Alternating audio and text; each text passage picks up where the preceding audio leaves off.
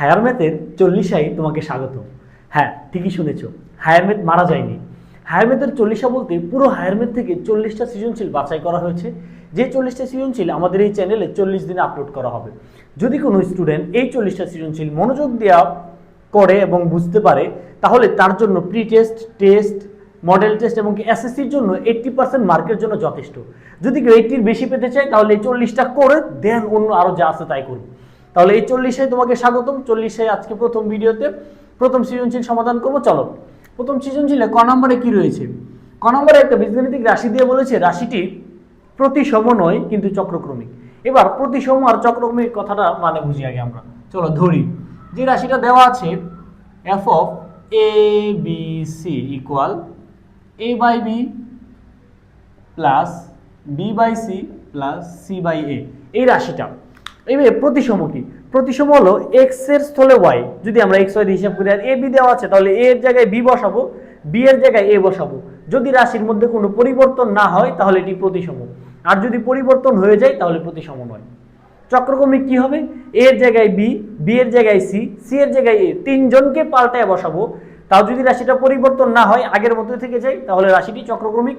আর যদি পরিবর্তন হয়ে যায় তাহলে চক্রক্রমিক নয়। চলো, তাহলে আমরা F of B A C, এই যে দুইজনকে পরিবর্তন করেছি, আমরা দেখব এটা প্রতিসম কিনা। তাহলে চলো, বি এর জায়গায় এ, এর জায়গায় বি, বি এর জায়গায় এ, এর জায়গায় বি। আচ্ছা, এই যে বসাইলাম, এবার দেখো তো এই দুইটা রাশি কি আসলে এক হয়েছে? না, অবশ্যই তারা চেঞ্জ হয়ে গেছে। তাহলে আমরা কি লিখতে পারি? F of A B C not equal F of B A C. সুতরাং রাশিটি প্রতিসম নয়। ওকে, তাহলে প্রতিসম যদি না হয়, এবার আমরা চক্রক্রমিকটা ট্রাই করে দেখি চক্রক্রমিক কি না। আবার এবার F of A B C, এই রাশিটা হলো A by B plus B by C plus C by A. দেখো, যদি আমরা এর স্থলে বি লিখি, বি এর স্থলে সি লিখি, সি এর স্থলে এ লিখি, তিনজনকে পাল্টিয়ে দিয়েছি। এবার চলো, এ এর জায়গায় হবে বি, বি এর জায়গায় হবে এ প্লাস বি এর জায়গায় হবে এ, আর সি এর জায়গায় হবে কি, সরি, বি এর জায়গায় হবে সি, সি এর জায়গায় হবে এ প্লাস সি এর জায়গায় কি হবে এ, আর এর জায়গায় হবে কি বি। ওকে, এবার দেখি তো আমরা আসলে পরিবর্তন হয়েছে কিনা। দেখো, এ বাই বি ছিল, এই রাশিতে এ বাই বি আছে, আছে। বি বাই সি ছিল, বি বাই সি আছে। আচ্ছা, বি বাই সি, আচ্ছা, এর জায়গায় বি, বি এর জায়গায় সি, সরি, বি এর জায়গায় তোমরা সি বসাবো, বি এর জায়গায় সি। তাহলে B by C, B by C, C by A, C by A, তার মানে আসলে কোনো পরিবর্তন হয় নাই, আগের মতোই আছে। তাহলে আমরা কি লিখবো? অতএব F of A B C equal F of B C A. সুতরাং রাশিটি কি হবে? চক্রক্রমিক। শেষ। তাহলে আমরা ক নাম্বার সমাধান করে ফেললাম। এবার আমরা খতে চলে যাই। ওকে, খতে কি রয়েছে? খতে খুবই গুরুত্বপূর্ণ একটা প্রশ্ন, বিভিন্ন বোর্ডে বিভিন্নভাবে নানানভাবে উল্টায়া পাল্টায়া দেয়। চলো এই প্রশ্নটা সমাধান করি। খতে বলেছে যে এফ অফ এক্স একটি দেওয়া আছে। চলো, খ নাম্বার দেওয়া আছে, দেওয়া আছে F of X Y Z equal 1/8x cube 1/27y cube 1/64z cube, এটি দিয়েছে। এবং প্রশ্নে আরেকটা জিনিস দিয়ে বলেছে প্রমাণ করো এটা। তাহলে এটা দেওয়া আছে প্রশ্ন মতে, প্রশ্নে চলে যায়। প্রশ্ন মতে কি আছে? প্রশ্ন মতে আছে x Y Z equal 3/24xyz। এই দুইটা জিনিস দিয়ে বলেছে প্রমাণ করো এটা। তাহলে চলো আমরা এই যে F of X Y Z এর মান কিন্তু উদ্দীপকে দেওয়া আছে, বসিয়ে দাও। 8x cube plus 27y cube plus 64z cube, এটা এই পাশে আছে, নিয়ে আসি -3 24xyz। তাহলে ওই পাশে শূন্য, এই পাশে ছিল প্লাস, নিয়ে আসলাম মাইনাস, ওই পাশে শূন্য রয়ে গেল। এবার এই রাশিটা দেখার পরে আমাদের মাথায় চলে আসছে যে a cube b cube c cube minus 3abc সূত্রে সাজাইতে হবে। তাহলে চলো সাজাই। এটাকে লিখতে পারি সহজেই 2x তার উপরে কিউব, এই যে a কিউব।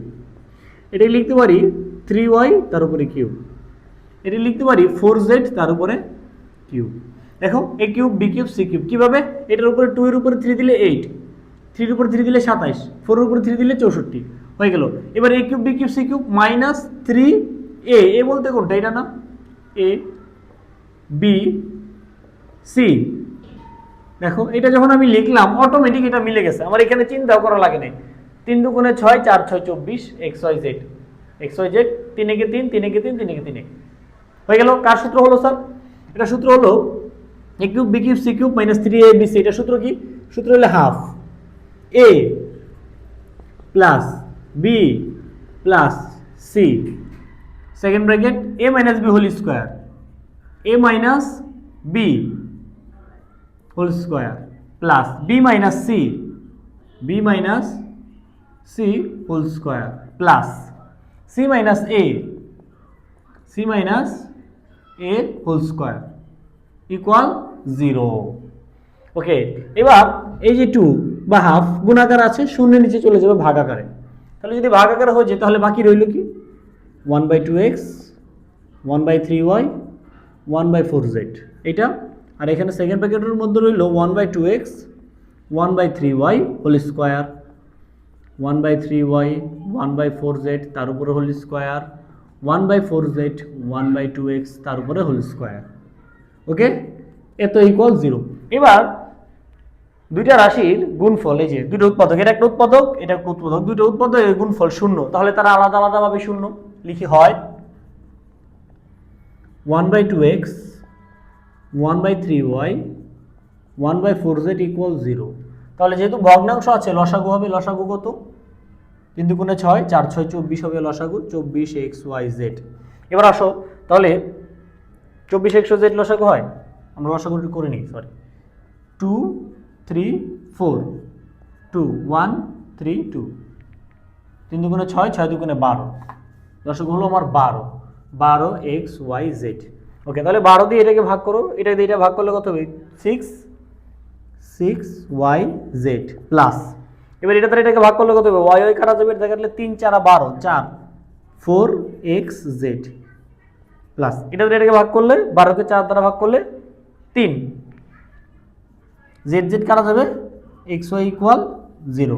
এবার এটা ভাগাকার আসে, এখানে গুণাকার পাঠিয়ে দিলে শূন্য হয়ে যাবে, আমাদের একটা প্রমাণ হয়ে যাবে 6yz 4xz 3xy ইকুয়াল 0, একটা প্রমাণ হয়ে গেছে 6yz 4zx 3xy ইকুয়াল 0। আরেকটা বলেছে যে প্রমাণ করো এইটা অথবা এটা, এই যে এখান থেকে আমরা এটা প্রমাণ করেছি, এবার এইখান থেকে আরেকটা জিনিস প্রমাণ করব। এখান থেকে প্রমাণ করার বেলায় দেখো এই যে রাশিটার উপর স্কয়ার প্লাস এটার উপর স্কয়ার প্লাস এটার উপর স্কয়ার, তিনটা রাশির স্কয়ার এবং তার সমষ্টি শূন্য, মানে তিনটা পদের যদি আমরা এই রাশিটার বেলা কল্পনা করি, এটা একটা পদ, এটা একটা পদ, এটা একটা পদ, তিনটা পদের বর্গের যোগফল হলো শূন্য। তিনটা পদের বর্গের যোগফল শূন্য হতে হলে প্রত্যেককে আলাদা আলাদাভাবে বা পৃথক পৃথকভাবে শূন্য হতে হবে। তাহলে চলো, তাহলে প্রত্যেক যদি পৃথক পৃথকভাবে শূন্য হয় তাহলে এখান থেকে লিখতে পারি 1/2x 1/3y তার উপর square equal 0, 1/2x 1/3y equal 0, 1/2x ওই পাশে পাঠিয়ে দিলে হয়ে যাবে, এইটা উল্টায় দিলে হয়ে যাবে 2x ইকুয়াল 3y, একটা পেয়ে গেলাম।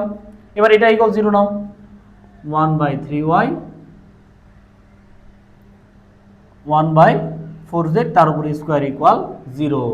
তাহলে চলো প্রথমে পাঠিয়ে দিই 1/3y 1/4z equal 0, 1/3y 1/4z উল্টা করে দিলে 3y ইকুয়াল 4z, তাহলে 2x equal 3y 3y equal 4z, শেষ প্রমাণ হয়ে গেল।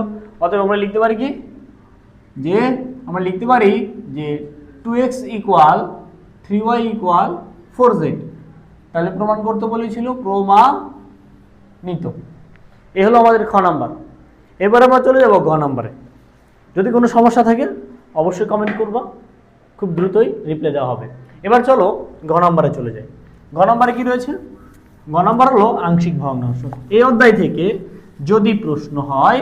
আর ঘ নাম্বারে আংশিক ভগ্নাংশ দেওয়ার সম্ভাবনা কত জানো? আংশিক ভগ্নাংশ দেওয়ার সম্ভাবনা হলো 99.999999%। আর ওই যে 0.000001% অন্য অঙ্ক দিতে পারে। আংশিক ভগ্নাংশটা খুবই গুরুত্বপূর্ণ। তাহলে এখানে যে আংশিক ভগ্নাংশটা দেওয়া হয়েছে গ নাম্বার, আমরা এটা সমাধান। গ নম্বরে রয়েছে আংশিক ভগ্নাংশ। কি দেওয়া আছে? দেওয়া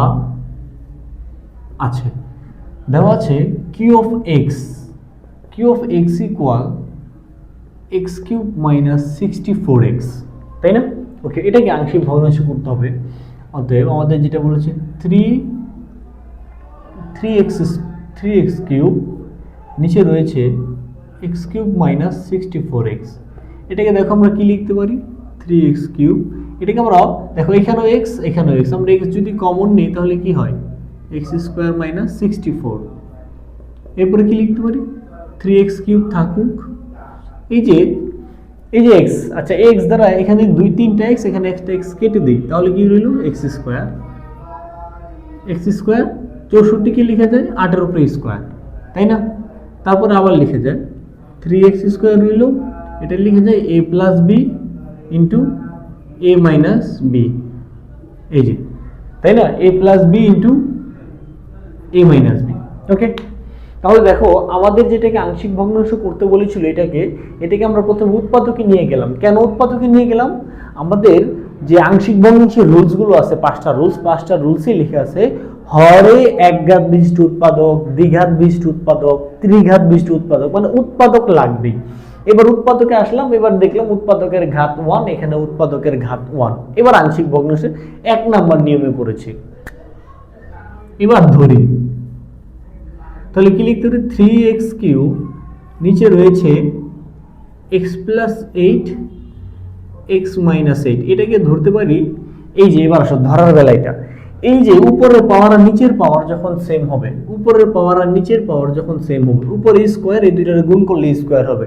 উপরে আর নিচের পাওয়ার যদি সেম হয় অথবা উপরের পাওয়ার বেশি হয়, সেক্ষেত্রে আমরা এখানে লিখি সহগ প্লাস। কি প্লাস? সহগ প্লাস। সহজ নিয়ম, বইয়ে লেখা আছে, হর দ্বারা লবকে ভাগ করে ছোট করতে হবে, দরকার নেই। সহগ প্লাস, উপরে যেটা থাকবে উপরে এটা সহগটা লিখে দিলেই শেষ। উপরে কত আছে? 3x স্কোয়ার, x স্কোয়ারের সহগ কত? 3, শেষ। তাহলে এবার এর নিচে ধরো প্রথম উৎপাদক x প্লাস 8, বি এর নিচে ধরো দ্বিতীয় উৎপাদক x মাইনাস 8। এই হলো আমার 1 নং সমীকরণ, এবং এটাই আমার উত্তর আংশিক ভগ্নাংশ। কিন্তু আমরা a আর b এর মান জানি না, এজন্য a আর b এর মান বের করলে আমাদের অ্যান্সার হয়ে যাবে। তাহলে চলো 2 নং এর পর 1 নং কি করতে হয়, যে 1 নং সমীকরণকে কি করব? অলওয়েজ মূল ভগ্নাংশের হর দ্বারা গুণ করব। মূল ভগ্নাংশের হর দ্বারা গুণ করে, যদি গুণ করি কি হবে? প্রথম ভিডিওতে বলেছিলাম এর আগে, দেখো এটা যদি গুণ করি সেম জিনিসটা তার এখানে উপরে গুণ করলে গুণ তো হয় উপরে, আর উপরে যদি গুণ হয় তাহলে উপরে আর নিচে সেম জিনিস কাটা যাবে, থাকবে শুধু এইটা। এবার এই জিনিসটা দ্বারা যখন এই 3 এর সাথে গুণ হবে, পুরোটাই থেকে যাবে x প্লাস 8 x মাইনাস 8। এবার এই জিনিসটা যখন এটার সাথে গুণ হবে, তখন এর সাথে যদি গুণ হয়, দেখো প্লাস 8 প্লাস কি কাটাবে? x মাইনাস 8 থাকবে। যখন b এর সাথে এই জিনিসটা এসে গুণ হবে, তখন x মাইনাস 8 কাটা যাবে, থাকবে কি? x plus 8। এই হলো আমার 2 নং সমীকরণ। এবার এই 2 নং সমীকরণ থেকে আমরা খুব সহজে a আর b এর মান বের করতে পারবো। কিভাবে? আসো, এই যে দুইটা উৎপাদক আছে, একটা কি আছে? x প্লাস 8, তাহলে এখান থেকে x এর মান পাবো মাইনাস 8। আরেকটা আছে কত স্যার?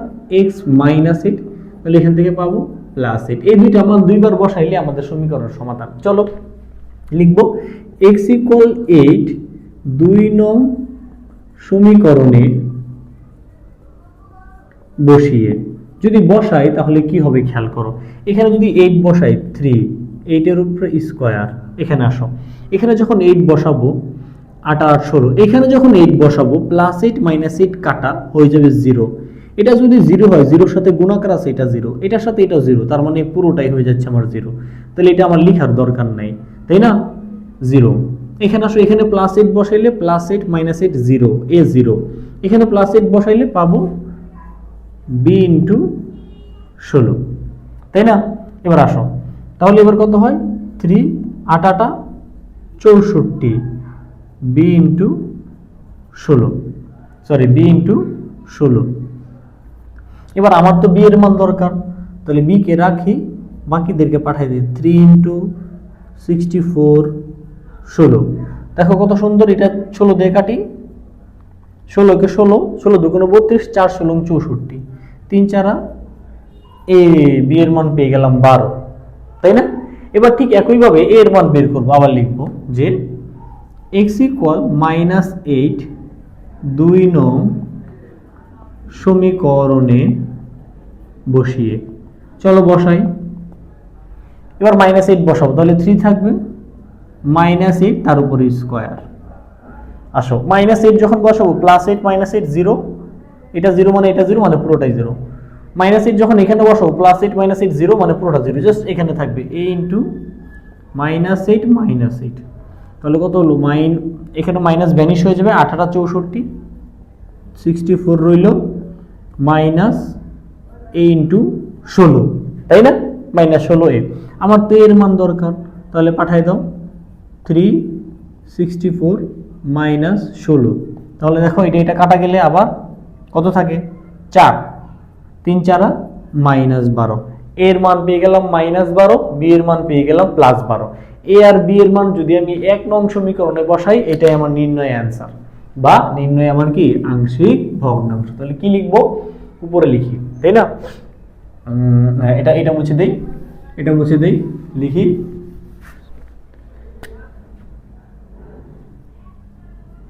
এ ও বি এর মান 1 নং এ বসিয়ে, ব্যাস।